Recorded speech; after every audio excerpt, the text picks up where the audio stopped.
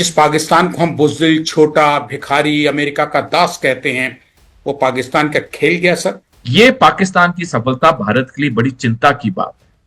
चिंता की बात यह क्योंकि जिस तरह से पाकिस्तान अब उभरा है कूटनीतिक तौर पे, पाकिस्तान इसका पूरा फायदा उठाए। कोई आर्थिक तौर पे जीता वो था रूस, और अगर कोई कूटनीतिक तौर पे जीता वो था पाकिस्तान। दुनिया में कई देश थे जिसके पास अमेरिका और ईरान जा सकते थे मध्यस्थता करवाने के लिए। ये गए किसके पास? पाकिस्तान के पास। क्यों गए? क्योंकि दोनों देशों को पाकिस्तान पे भरोसा था। वो ट्रंप को भारत नजर नहीं आया, या भारत ने ऐसी हरकतें की कि ट्रंप को विश्वास नहीं हुआ कि भारत को लिया जाए और पाकिस्तान को इसका श्रेय सेहरा बंधवा दिया। तो पाकिस्तान ने अपने जो उसका जियोपॉलिटिकल लोकेशन है उसको बड़े दिमाग से इस्तेमाल किया। तीनों महाशक्तियों की गुड बुक्स उसने, जितने दुनिया के 195 देश हैं उसमें उसने सब में देखा किस पे वो सबसे ज्यादा भरोसा कर सकता है। उसे पाकिस्तान देखा और युद्ध विराम पाकिस्तान ने करवा दिया। वो अमेरिका से और हथियार लेगा और पैसे लेगा और ऋण लेगा। रूस, चीन पाकिस्तान को अब ज्यादा समर्थन करेंगे। और जिस तरह से मैंने कई बार आपके शो पे आंकलन किया है कि 2030 के बाद कभी भी चीन और पाकिस्तान हम पे टू फ्रंट वॉर करेंगे। जसिंदर सिंह सोढ़ी, जे.एस. सोढ़ी, बात ईरान, इजराइल, अमेरिका अब तक ये जंग के पार्ट थे और इसमें अब कूद गया है पाकिस्तान और चीन। क्या भारत पिछड़ गया? सर, बहुत बड़ा सवाल है। कयामत की रात तो आ नहीं पाई, लेकिन भारत में कोहराम मच गया है। जब से ये आ रहा है कि कयामत की रात टाली है, तो उसमें पाकिस्तान या चीन, इनका बहुत बड़ा हाथ है। दो देश हैं सर, दोनों ही हिंदुस्तान के दुश्मन हैं, चाहे वो चीन हो और पाकिस्तान। ये सर क्या बैठे बिठाए बाजी मार गए? जिस पाकिस्तान को हम बुज़दिल, छोटा, भिखारी, अमेरिका का दास कहते हैं, वो पाकिस्तान का खेल गया सर। इस ईरान युद्ध में अगर कोई सैनिक तौर पे जीता तो वो था ईरान, कोई आर्थिक तौर पे जीता वो था रूस, और अगर कोई कूटनीतिक तौर पे जीता वो था पाकिस्तान। और पाकिस्तान कूटनीतिक तौर पे बहुत बड़ा विजय होकर निकला। देखिए, चाहे कोई कुछ भी कह ले, जब दो देश की लड़ाई या दो इंसानों की लड़ाई आपस में होती है तो मध्यस्थता करने के लिए कई लोग या कई देश आगे आते हैं। ये दुनिया का नियम है, दुनिया की प्रक्रिया है। और किस देशों को मध्यस्थता करने की अनुमति दोनों लड़ने वाले देश या दोनों लड़ने वाले आदमी देते हैं? वो उस देश को देते हैं जिन पे उन्हें सबसे ज्यादा भरोसा होता है। दुनिया में कई देश थे जिसके पास अमेरिका और ईरान जा सकते थे मध्यस्थता करवाने के लिए। ये गए किसके पास? पाकिस्तान के पास। क्यों गए? क्योंकि दोनों देशों को पाकिस्तान पे भरोसा था। तो पाकिस्तान जहां एक तरफ पाकिस्तान को दो देशों ने, जिसमें से एक महाशक्ति है, दो देशों ने पाकिस्तान पे भरोसा किया मध्यस्थता के लिए, और देखिए आज युद्ध विराम हो गया। तो डेफिनेटली हमें उस एंगल से देखना चाहिए कि पाकिस्तान कितना सफल हुआ मध्यस्थता कराने में। यह पाकिस्तान की सफलता भारत के लिए बड़ी चिंता की बात है। चिंता की बात यह क्योंकि जिस तरह से पाकिस्तान अब उभरा है कूटनीतिक तौर पे, पाकिस्तान इसका पूरा फायदा उठाएगा। फायदा कैसे उठाएगा? वो अमेरिका से और हथियार लेगा और पैसे लेगा और ऋण लेगा। रूस, चीन पाकिस्तान को अब ज्यादा समर्थन करेंगे।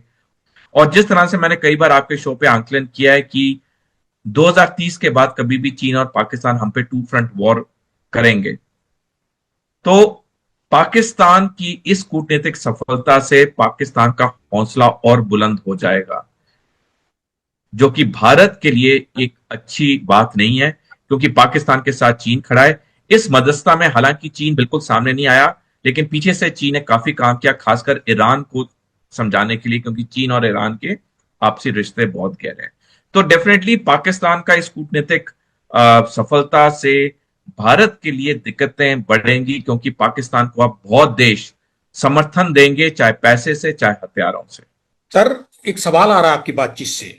2030 के बाद आप कह रहे हैं 2.5 या 3.5 वॉर जो है चीन, पाकिस्तान और ये बांग्लादेश और हमारे internal anti lobby, anti India, ये परेशान कर सकते हैं, युद्ध के पूरे पूरे चांसेस बन रहे हैं। बार बार ये सब चीज कह रहे हैं।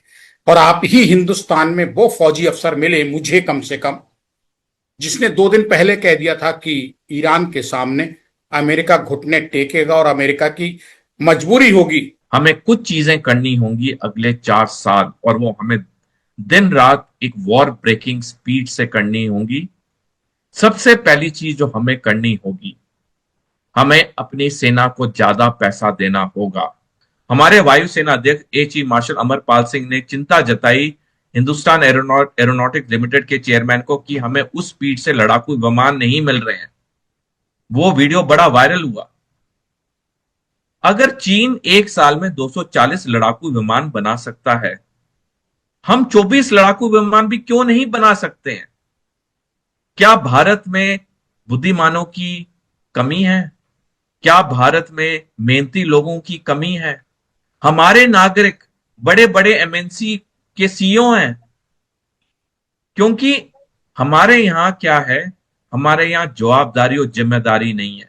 जो करप्शन हमारे देश में जगह जगह पे है, वो फाइलों को उस स्पीड से मूव नहीं करने देता है जिस स्पीड से चीजें चाहिए।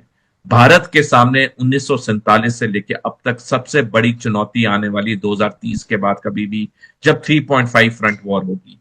बांग्लादेश बेशक सैनिक तौर पे मोर्चा खोले ना खोले, हमें उसके लिए तैयारी करनी होगी, जो हमने 5 अगस्त 2024 से पहले नहीं की थी। आधा फ्रंट, जो कई लोग हैं जो पैसे के लिए बिक जाते हैं, उसके बारे में 4 जून 2017 को जनरल बिपिन रावत, जो भारतीय सेना के सेनाध्यक्ष थे, उन्होंने साफ किया है। तो ये 3.5 फ्रंट वॉर भारत के लिए सबसे बड़ी चुनौती होगी 1947 से। चीन पाकिस्तान तो हम पे युद्ध करेंगे, वो तो हमारे हैं ही कट्टर दुश्मन।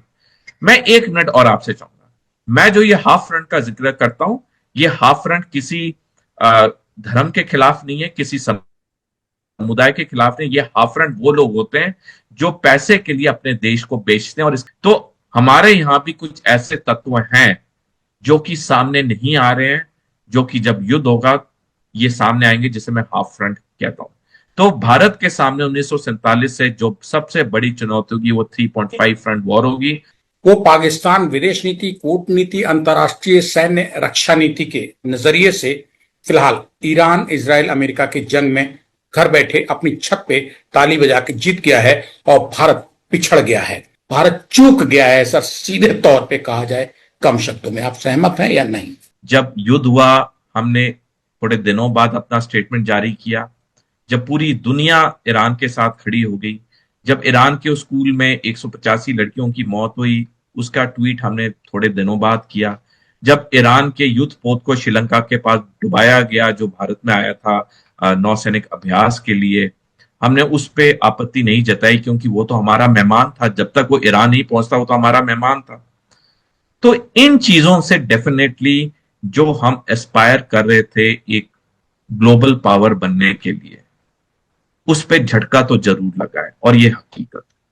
और जिस तरह से अमेरिका ने हमें इन्वॉल्व नहीं किया मध्यस्थता के लिए, जबकि हम कहते रहे कि जी हमारे सारे खाड़ी देशों के साथ अच्छे रिश्ते हैं, हमारे इजराइल के साथ तो बहुत अच्छे रिश्ते हैं, तभी हमें नहीं इन्वॉल्व किया। तो ये तो एक झटका तो हमारे लिए है ही है। वो बाजी मार ले गया और हम सोचते ही रह गए, पता नहीं हमारी कितने बड़े स्तर की, कितनी बड़ी, कितनी गोपनीय, कितनी जमीन के अंदर कितने 100 किलोमीटर छिपी हुई कूटनीति, विदेश नीति है, जो अभी तक बाहर नहीं निकल पाई 40 दिन में इजराइल, अमेरिका और ईरान के बीच छिड़े जंग में। पाकिस्तान जो कहीं नहीं था, जिसको हम कुछ नहीं मानते, वो काम कर गया है और अब दुनिया पाकिस्तान का नाम ले रही है कि समझौता पाकिस्तान ने कराया, सेरा पाकिस्तान के।